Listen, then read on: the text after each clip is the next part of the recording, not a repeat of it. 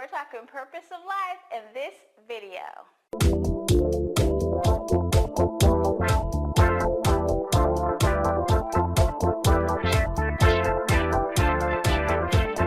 Okay, isn't it interesting that many people who are seeking their purpose feel like this contraction and angst, because they're trying to find a purpose.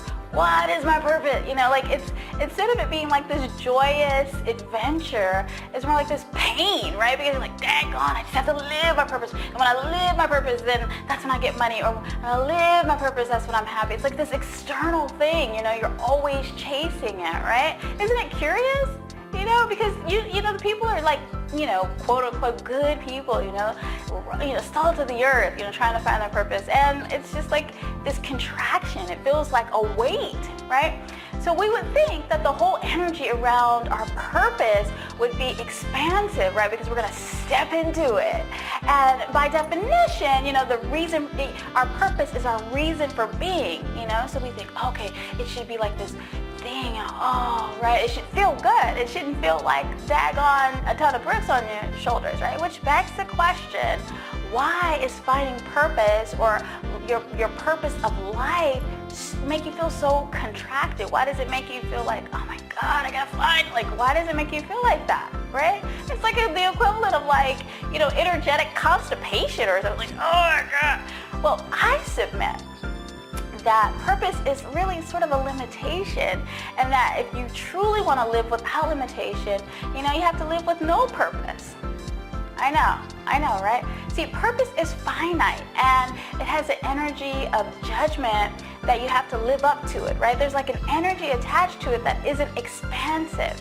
And that's the space you always want to be in. Check out the gut feeling video, and I talk about, feeling expanded and what that means and what that creates in your life and in your living. And the purpose of life, finding out that there's one purpose, it's just contracting.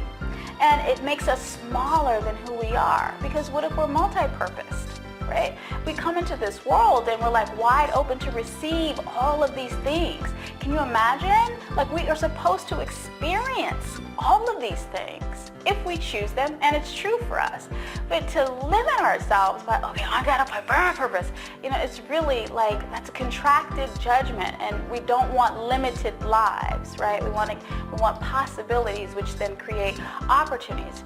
And the single-mindedness forecloses the possibility of anything else. And as I said, as humans, we were born to experience, explore, experiment, taste, see, move, try, and beyond that. And it's interesting, right? Because we look at kids and you ask like a 5-year-old, what do you want to do when you grow up? I want to be a doctor, a lawyer, I want to be Tyra Banks, I want to have my own talk show, and I want to be on Broadway. Right? And really, other than being Tyra Banks, although he or she could theoretically become Tyra Banks, not the Tyra Banks, but a Tyra Banks, they're just full of possibilities, right? They don't say, oh, well, I have to find my purpose.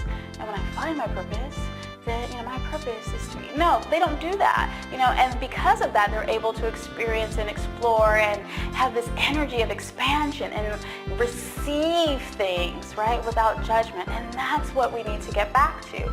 And then we think, oh God, we have to stick to, we have to stick to the purpose. I have to be on purpose.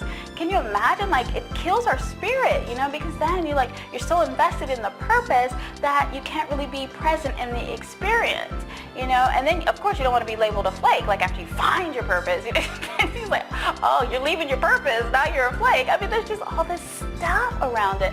And I'm not even going to get into the higher purpose or the true purpose. Good gracious, does that feel light and expansive for you? Or are you feeling like I'm feeling like, dang, my true purpose, oh God, there's this pressure that goes on. Consider a doctor. He goes to school, he becomes a doctor, and he walks away to be an artist, right? And people are like, are you nuts? Why would you leave your medical practice, or the lawyer who goes and becomes a kindergarten teacher or something? That person is ostracized. Why would you do that? You were living your purpose. Well, what if that purpose is, that was then, and this is now, and they can choose something else, and they can experience and expand what is possible for themselves and for the people that they touch by by doing that. So, I mean, isn't that crazy? Like, you would think that having this purpose would be like so great. And then like when you also have a purpose of, one purpose of life, it's like you're holding yourself to like this ridiculously high standard, which is crazy. Like, the pressure you must be under. Can you imagine that, if you were like a healer, let's say, or a divorce counselor, or doctors really, and like you have like, a 2% success rate or something, like, can you imagine how they must feel every day? Like, oh man, I'm in my purpose, but people are like dying left and right, or the couples are divorcing left and right, like, oh my God. What? Like I'm failing. How do I fail at my life's purpose? I'm a failure. I have my purpose and, I'm not doing it. The pressure is like crazy. So I don't even want to go there. As I said about the higher purpose and the true purpose, I mean, it's just not expansive. So I know you guys are like, okay, well, if we don't have purpose, then what do we have? How about gifts?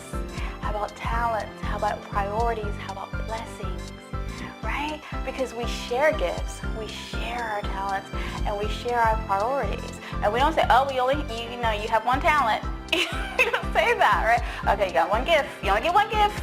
You got one gift. It's not true, and we share our blessings. That's what makes them blessings. So, I mean, and doesn't that feel gifts, talents, blessings, priorities? Isn't that like a light energy? Don't you feel like, yeah, that's when you know it's true for you. It's expansive, right?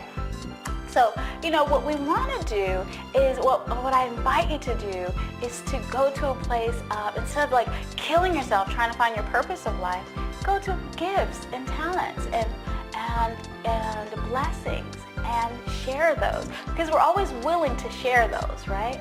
And we don't have like this judgment and pressure attached to having to live our purpose.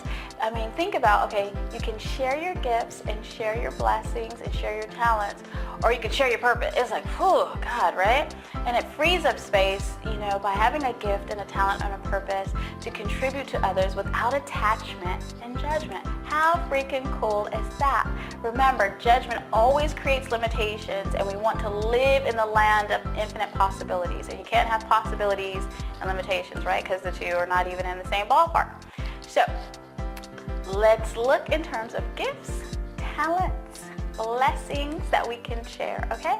And then be a gift and contribution, and then receive money and other goodies and health and wealth and all of the goodies when you allow yourself to be a gift and contribution, right? If you knew what a gift and contribution you were to the world, right? How much money and goodies would you then allow yourself to receive? It changes the energy, right?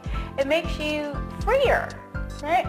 And, and how cool is that? Who doesn't want more freedom? I know I'm always looking for some more freedom. So, another interesting thing that sort of just occurred to me is when people are living the purpose, somehow we think that they have to do it for free. Okay, well, if you're living your purpose, then you should be doing that for free. Like it's charitable work or something. Okay, you're in your purpose, so, that's free. Purpose should be free. People shouldn't get paid for purpose. Which I don't even understand. And I know you're like, oh no, I don't believe that. Oh, sure you do. How many people think that, those mega church pastors, you think, why are they making all that money? Well, they're living their purpose. Right? Should they be getting some money? But if you think of it in terms of they're sharing their talents, they have a talent for presenting information or taking information and condensing it or inspiring, then you say, okay, I paid for that, right? So, I mean, just, consider that. I know there's a little part of you that thinks that because we all do, right? It's just one of those things. So what I invite you to do as you go throughout your day, and, I invite you to move away from finding your purpose and move into your talents, gifts, blessings, and priorities.